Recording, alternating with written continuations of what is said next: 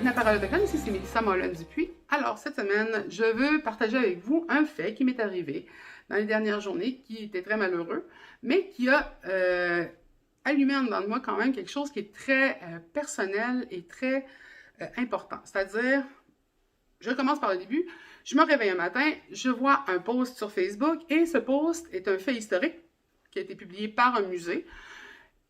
Et ce fait historique est vraiment facile à contredire. Ah, je suis comme, non, on va commenter. Et là, je fais ce que je dis à tout le monde. Lisez pas les commentaires. Ben, j'ai lu les commentaires, puis je vois énormément de commentaires biaisés, discriminatoires ou même carrément racistes envers les communautés autochtones. Et l'interprétation est très... bravo, on était des bons colonisateurs. Alors, c'est comme, c'est venu chercher chez moi quelque chose de très viscéral.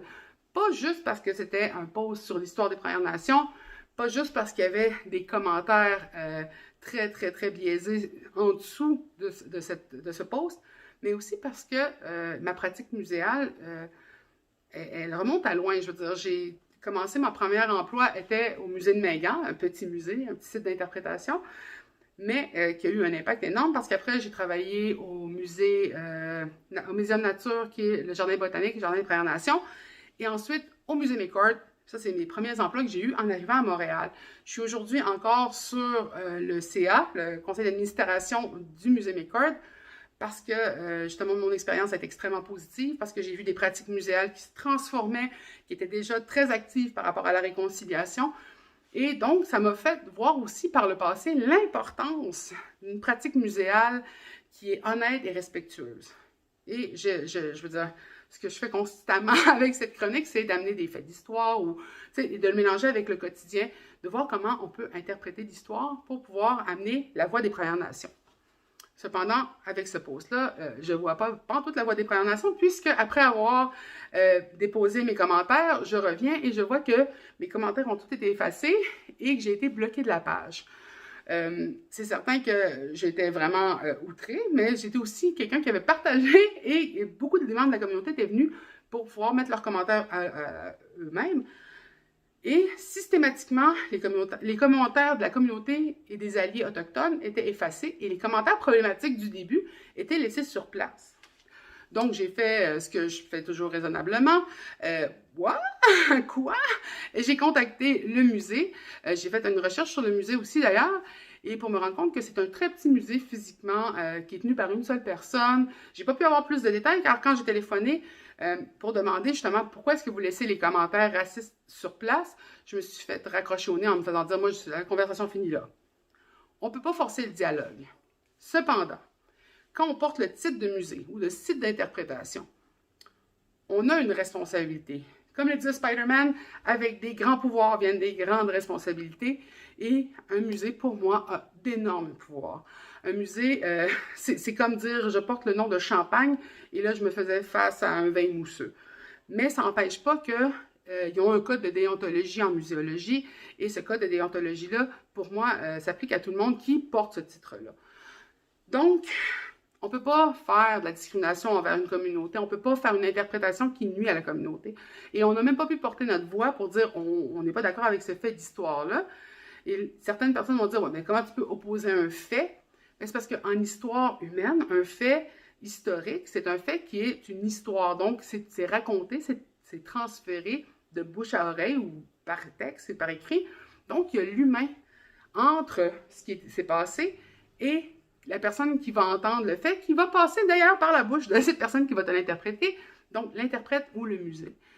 Cette responsabilité-là vient aussi avec un devoir de toujours se mettre à jour. Il y a une mise à jour constante chez les personnes qui travaillent dans les musées, puisque c'est pas toi qui décides quelle exposition va avoir lieu, quel sujet va être mis de l'avant. Et souvent, quand un sujet change dans un musée, quand une exposition change, tu te retrouves à faire une recherche et une étude sur un sujet complètement différent de tes intérêts personnels. Donc, tu deviens un peu comme la personne qui va décider comment l'histoire de cette exposition-là va se dérouler. Une femme autochtone qui raconte l'histoire d'une exposition autochtone va la raconter totalement différente d'un Québécois ou d'une Québécoise qui va faire la même interprétation, mais avec une sauce différente, avec un regard différent.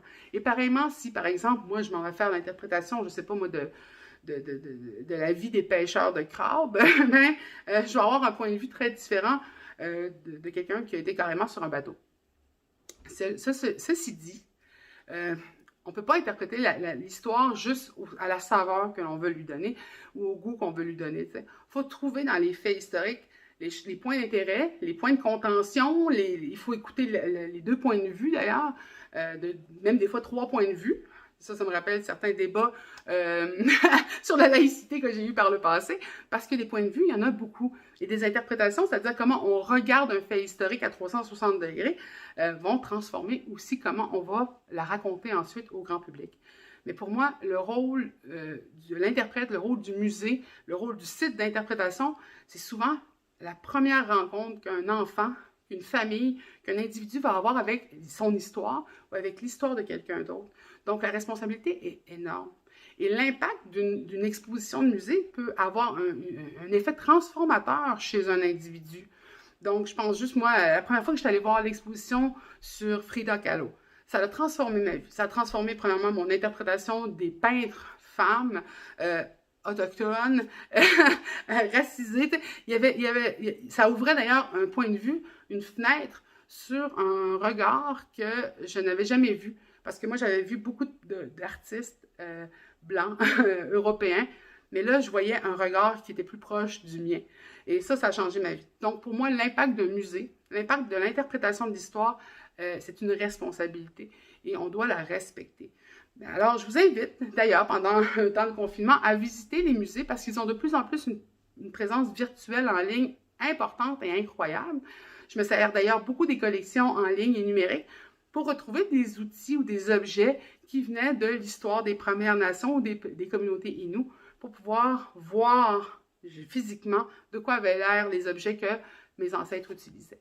Donc, je vous invite sincèrement à vous intéresser au musée, à respecter leur travail et surtout à ne pas la dévier de son rôle de réconciliation. Surtout si on dit qu'on est un site d'interprétation de la culture autochtone et québécoise, il faut écouter une partie des voix que vous représentez dans vos expositions et pas les effacer, puisque les meilleures pratiques muséales se transforment constamment. Alors, je vous souhaite une belle semaine et j'espère que vous allez partager cette vidéo et nous envoyer toutes vos questions à Espace Autochtone.